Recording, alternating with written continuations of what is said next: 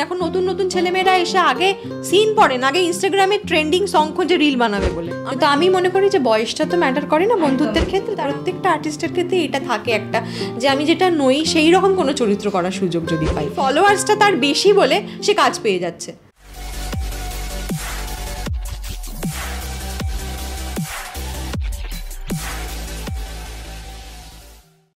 Welcome to we spot you. আজকে আছি কার কাছে কই মনের কথা সেটার। আমার সাথে আছে বাসন্তী। কেমন আছো দিদি? খুব ভালো আছি।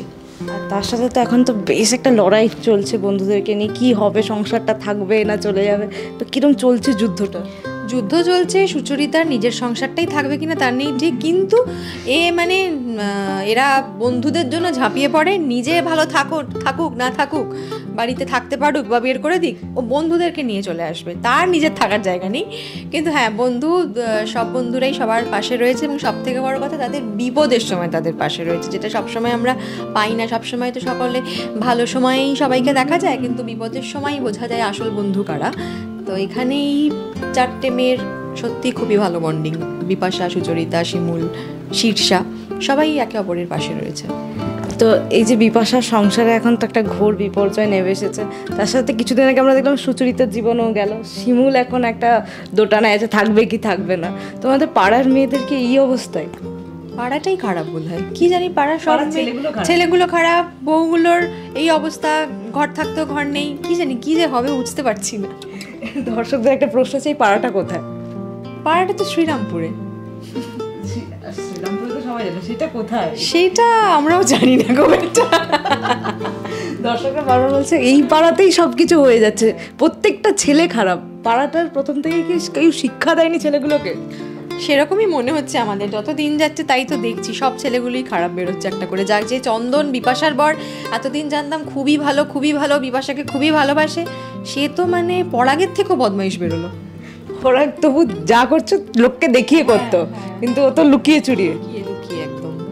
আর তার সাথে শীর্ষারকে বর, সেটাই এখনো অব্দি দর্শক দেখতে পায়নি, ও দর্শকদের ওটাও খুব কই হয়েছিল। হ্যাঁ, একদিন দেখেছিল, শুধু শিমুলের রিসেপশন যখন হয়েছিল সেই সময় একজনকে দেখা গেছিল ওর বর হিসেবে। এখন আবার জানি না ফাইনালি ওর বরকে আর দেখাবে কিনা, এবং সেই বর হিসেবে আসবে কিনা সেটাও জানি না। দেখা যাক কি হয়। শীর্ষার জীবনে যে কি হবে বুঝতে পারছি না, শুধু আমাদের সামলানো ছাড়া আর মানে ওর ব্যক্তিগত জীবন বলে আর কিছুই নেই। খালি শিমুল, সুচরিতা দি আর বিপাশা দির মানে সমস্যায় সবসময় চলে আসছে শীর্ষা। তোমরা বিয়ে বাড়ি না গিয়ে আগে কিন্তু কেস উদ্ঘাটন করতে গেছো, কি হবে? হ্যাঁ সত্যি, আমরা মানে ঘুম থেকে উঠেই আর কি ভাবি যে কার বাড়িতে সমস্যা আছে, সুচরিতার বাড়িতে না বিপাশার বাড়িতে, চলো চলে যাই সবাই মিলে। এটাই আর কি, মানে বন্ধু মানে ভীষণ বন্ধুত্ব আর কি এখানে। এখন কিন্তু রিয়েল লাইফে আমরা এরকম বন্ধু খুব কম দেখি, এরকম ভাবে পাশে থাকা। কারণ বন্ধুরা বেশিরভাগ সময় দেখা যায় বন্ধু বলে তারা ওই ব্যাক স্টেপ করছে। তোমার সাথে কি এরকম ঘটেছে? আমি বন্ধুত্বের ব্যাপারে খুবই চুজি, সব ক্ষেত্রেই তাই, কাজের ক্ষেত্রে, বন্ধু নির্বাচনে। তো আমার যে প্রচুর বন্ধু এমন নয়, তবে যারা যারা আমার বন্ধু কলেজের, স্কুলের সবার সঙ্গে যে খুব একটা যোগাযোগ আছে তা নয়। অনেক বেশিরভাগের ক্ষেত্রেই এটা হয় যে স্কুলের বন্ধুদের সঙ্গে ভীষণ যোগাযোগ থাকে। আমার বরং উল্টোটা, আমার স্কুলের বন্ধুদের সঙ্গে হয়তো মাসে একবার দুবার দেখা হলো, একটা বন্ধু আছে তার সঙ্গে মাঝে মধ্যে কথা হয় ফোনে, আর বাকি সবাই যে যার মতো বাইরে থাকে, বিয়ে হয়ে গেছে সবার, কারোর সঙ্গেই দেখা হয় না। কিন্তু কলেজের দুজন বান্ধবী আছে, তাদের সঙ্গে আমার ভীষণই ভালো বন্ডিং, ভীষণই মানে একদম ফ্যামিলি ফ্রেন্ড হয়ে গেছি আমরা সবাই। তো তারা সত্যি একে অপরের পাশে থাকে, এরকমই বন্ধু আমার ইন্ডাস্ট্রিরও দু একজন আছেন যারা হয়তো সমবয়সী নয়, কিন্তু আমি মনে করি যে বয়সটা তো ম্যাটার করে না বন্ধুত্বের ক্ষেত্রে। তারা আমার থেকে সিনিয়র, তারাও আমার অনেক সময় অনেক বিপদে আমার পাশে এসে দাঁড়ায়। তোমার কাছে রিয়েল লাইফে শিমুল, বিপাশা, শীর্ষা আছে? একদম আছে। তোমার রিসেন্টলি যখন ইন্টারভিউটা পোস্ট হচ্ছিল তখন দর্শকদের একটা কথা ছিল, তোমার একটা সিরিয়াল যেটা খুব ফেমাস ছিল, বই গেল, সেইটা নিয়ে ওই রকম একটা চরিত্রকে কি কোনোদিনও আবার দেখতে পাবে তোমাকে দর্শকেরা? হ্যাঁ, যদি সেরকম কাজ হয়, যদি সেরকম কোনো কাজে কেউ কাস্টিং করেন আমাকে, তাহলে নিশ্চয়ই দেখতে পাবে। তবে কি হয়, ওই অনেক দিন ধরে লিড করার পর একটা তো কন্ট্রাক্টে থাকার ব্যাপার থাকে, ওই যে চাপটা আমি এখন আর নিতে পারি না, যার জন্য অনেক লিডের অফারই আমি ছেড়ে দিয়েছি। আমি পারি না করতে, কারণ আমি ওই অ্যাডজাস্ট করা, ব্যালেন্স করা, এখন যেহেতু বাড়িতে ছোটো মেয়ে আছে, ফলে তাকেও সময় দেওয়ার একটা, ওটা আমার একটা প্রায়োরিটি। তো সেই জন্য আমি বাস কাটিয়ে যাই লিডগুলোর থেকে। তবে যদি হ্যাঁ কখনো মনে হয় যে কোনো ভালো চরিত্র, ওই বয়ে গেলোর মতো চরিত্র যদি পাই, কমেডি তো খুব কম হয় এখন, তো নিশ্চয়ই করব। দর্শকরা বারবার অভিযোগ করে যে ওই রকম ধরনের সিরিয়াল আর হয় না, কারণ বন্ধ হয়ে গেছে, শুধু সিরিয়াস টাইপ, লোকের ঘরে ঝামেলা হয়ে যাচ্ছে। সেটা তারা মাঝে তোমার ইন্টারভিউতেই এটা 2-3 জন কমেন্ট করেছে, সেখান থেকে আমি তোমাকে বলছি যে ওইখানে লোকে বলেছে যে এইরকম ধরনের ক্যারেক্টারগুলো অভিনয় হচ্ছে না, না অভিনেত্রীরা করতে চাইছে না, কি হচ্ছে? না না না, অভিনেত্রীরা করতে চাইছে না একদমই নয়। এখানে আমাদের ইচ্ছে অনিচ্ছেটা মানে ওইভাবে ম্যাটার করে না। মানে যারা প্রডিউসার বা যারা চ্যানেলের ডিসিশন নেন যে কি কন্টেন্ট নিয়ে আমরা কাজ করব, এটা সম্পূর্ণ তাদের ওপর। এবার যে কাজটা আমাদের কাছে আসছে, যেটা আমাদের মনে হচ্ছে যে না এটা আমার করা যেতে পারে, আমার ইচ্ছে করছে, আমি করলাম। যেটা মনে হচ্ছে না এটা আমি পারবো না, আমি রিজেক্ট করলাম। এখানে আমার ইচ্ছেতে কিছু যায় আসে না। আমার তো ইচ্ছে করে, সত্যি ইচ্ছে করে বইয়ে গেলোর মতো একটা কাজ করতে, বা আমার সত্যি ইচ্ছে করে বইয়ে গেলোর যে টিমটা ছিল আমাদের, মনু জেঠু, পরাণ জেঠু, চিত্রাদি, ওই টিমের সঙ্গে কাজ করতে। সেটা কি আমি এখন পাবো? এখন তো সেই ওই টিমের অর্ধেক মানুষই নেই, চলে গেছে। তো বা আমি নেতাজির সময়ও বলবো, নেতাজি ওদের ইউনিটের সঙ্গে আমাদের ভীষণ ভালো বন্ডিং। আমি, শ্রীপর্ণা, কৌশিকদা, ধ্রুব, আমাদের খুবই ভালো বন্ধুত্ব এখনও রয়েছে, এবং একদম একদম সেই বন্ধুত্বটা আমাদের এখনও রয়েছে। ওই ইউনিটটাকেই খুব মিস করি আমরা। মানে গিয়ে আগে সিন করবো কি, আগে আড্ডা মারবো, কি খাবো, কে কী ভালোবাসে খেতে, সেটা রান্না করে নিয়ে যাব। তো এই যে বন্ডিংটা, তো এইরকম চরিত্র, নেতাজির মতো চরিত্র ধরো বলছি, সেটাও আমার খুব ভালো লেগেছিলো। না হলে তো আমার করার কথা নয়, অত বড় বড় ছেলের মা কি আমার করার কথা? কিন্তু আমার মনে হয়েছিল যে নেতাজির মতো একটা প্রজেক্টের থাকতে পারবো, এবং প্রভাবতী দেবীর মতো একটা চরিত্র সেটা করতে পারবো। আমার যেটা বয়স নয়, আমি যেটা নই, সেইটা আমি করতে পেরেছি ওখানে। আমি ধরো ওই সময়কার মহিলাদের মতোও নই, আবার ওখানে যে আমার একদম এজেড লুকটা দেখিয়েছিল আমি সেটাও নই। তো সেটা আমি করার সুযোগ পেয়েছি। তো প্রত্যেকটা আর্টিস্টের ক্ষেত্রে এটা থাকে একটা, যে আমি যেটা নই সেই রকম কোনো চরিত্র করার সুযোগ যদি পাই।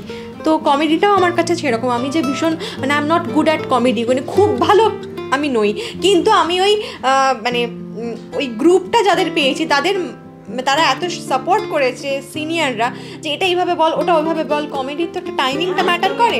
আমি যে খুব ভালো পারতাম প্রথম দিকে তা নয়, ওরা হেল্প করেছে, এটা এইভাবে বল, ওটা ওই ডায়লগটা ওইভাবে বল, বলে বলে না অটোমেটিক্যালি সিনটা এই জায়গায় চলে গেছে, কারণ সবাই মিলে একটা কাজ করছে ওখানে। তো এখনো সেটাকে চর্চা করে মানুষ, এখনো সত্যি, এখনো আমাকে কৃষ্ণা, ওখানে যেহেতু চরিত্রটার নাম কৃষ্ণা ছিল, এখনো আমাকে কৃষ্ণা বলেই অনেকে ডাকে। আচ্ছা, এখনো তুমি নিজের পুরনো করা কাজ দেখো? হ্যাঁ দেখি। খুব পুরনো কাজ দেখলে আমার মনে হয় কি জঘন্য করেছি বাবা, সেইটা যদি এখন হতো তাহলে হয়তো একটু বেটার করতে পারতাম। তখন তো এখন দেখো। হ্যাঁ, ওটা তো মানে আমার খুবই পছন্দের একটা কাজ, প্রথম কাজ, খুবই কাছের একটা কাজ। ঋতুপর্ণ দার সাথে তো তুমি কাজ করেছো, সেই একটা অভিজ্ঞতা পেয়েছো, এখন কাজ করছো অন্য ডিরেক্টরদের সাথে, এখন আর তখন আমাদের পার্থক্যটা কি দেখো? যে তখন ধারাবাহিকের মান অন্যরকম ছিল, দর্শকেরা বলে। সেইটা বোধহয় যারা আমাদেরও আগে যে সময়টা কাজ হতো, মানে যখন ধরো ওই শুধু ইটিভি বলো বা জি, তখন আলফা বাংলা ছিল, ওই সময়ে যে কন্টেন্টে কাজ হতো, তখন ওই হয়তো ওই 14 ঘন্টা, এই 14 ঘন্টা না, 14 ঘন্টা তো এখন হয়েছে, তার আগে যে সারাদিন রাত কাজ হচ্ছে সেই ব্যাপারটাও তো ছিল না একটা টাইম। মানে যখন আমার অনেক আগের কথা বলছি, ধরো 6টা 6:30 প্যাক আপ হয়ে যাচ্ছে, তারা আড্ডা মারছে শুটিংয়ের পর, তারপরে তো ওই ফেসটা এলো যে সারাদিন নেই রাত নেই, খালি শুটিং করছি, বাড়ি যাচ্ছি, সব না। আমি একদম শুরুর ফেসটা দেখিনি, কিন্তু ওই রাত জাগার ফেস আর এই 14 ঘন্টা 10 ঘন্টার ফেস, এই দুটো দেখেছি। তো ওইটা খুবই কষ্ট, ওই সময় আমি লিড করেছি। এখন তো বলবো যারা লিড করছে তারা অনেক ব্লেসড, যে তাদের সেই সমস্যাটা মানে ফেস করতে হচ্ছে না। এই ভোর আমি দেখেছি, আমার সহকর্মীদেরই দেখেছি যে হয়তো সকাল 4টে, ভোর 4টে বাড়ি গেছে, আবার সকাল 8টায় চলে এসছে, কারণ তখন এই 4 ঘন্টা গ্যাপ দিয়ে আবার কল টাইম দেওয়া হতো।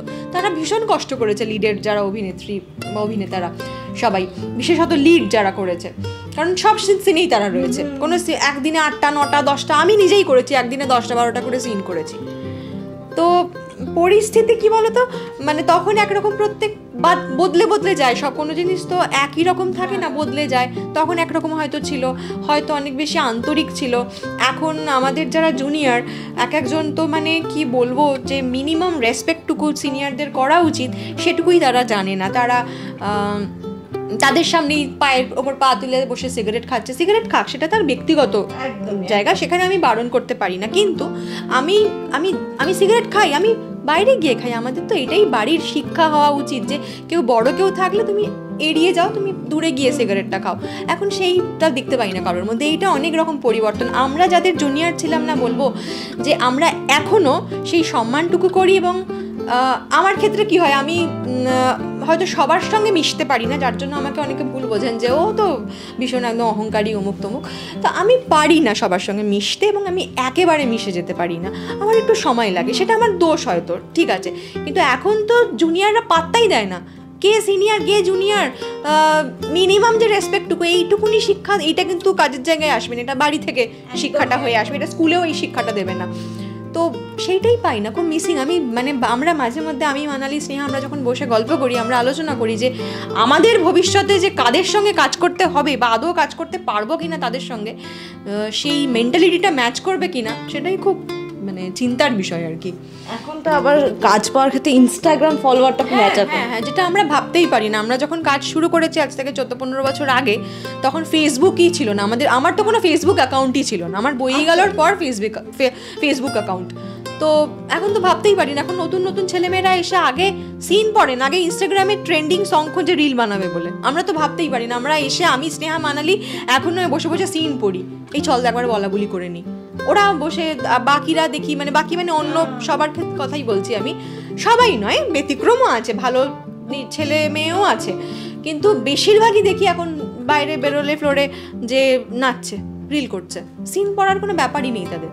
এটা ফলোয়ার অনুযায়ী নাকি কাজও পাওয়া যায় বলছে তো সবাই। এটা খুবই খারাপ, কারণ যে যার হয়তো কোনো যোগ্যতা নেই, সে হয়তো রিলটা ভালো বানায়, বা সে হয়তো জানে যে ছোট জামা পরে নাচলে কিভাবে কি করলে ভিউয়ার্স বাড়ানো যায়, সে সেটা করতে পারছে, কিন্তু সে অভিনয়টা হয়তো কিচ্ছু জানে না।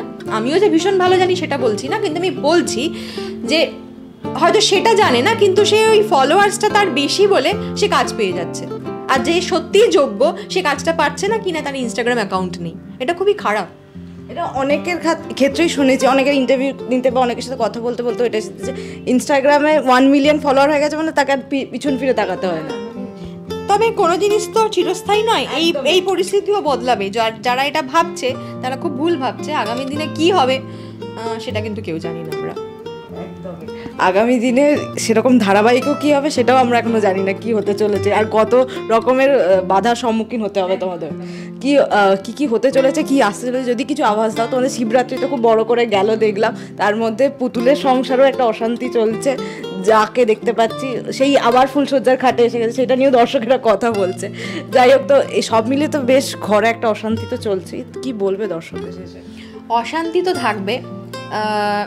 রাত না থাকলে যেমন দিনের মূল্য মানুষ বোঝে না, সোম থেকে শনি কাজ করি বলে একটা রোববারের জন্য আমরা বসে থাকি, সেরকম সংসারে অশান্তি থাকবে। তার মধ্যে ওই শিমুল বিপাশার মতো বন্ধু থাকলে মনে হয় এগুলোকে ওভারকাম করা যাবে, ভালো থাকা যাবে। আপনাদেরও বলবো, আপনারাও সবাই খুব ভালো থাকুন, সুস্থ থাকুন। সামনেই হোলি, সুন্দর করে রঙের উৎসবে মেতে উঠুন, আর অবশ্যই আমাদের কার কাছে কই মনের কথা দেখবেন। Thank you.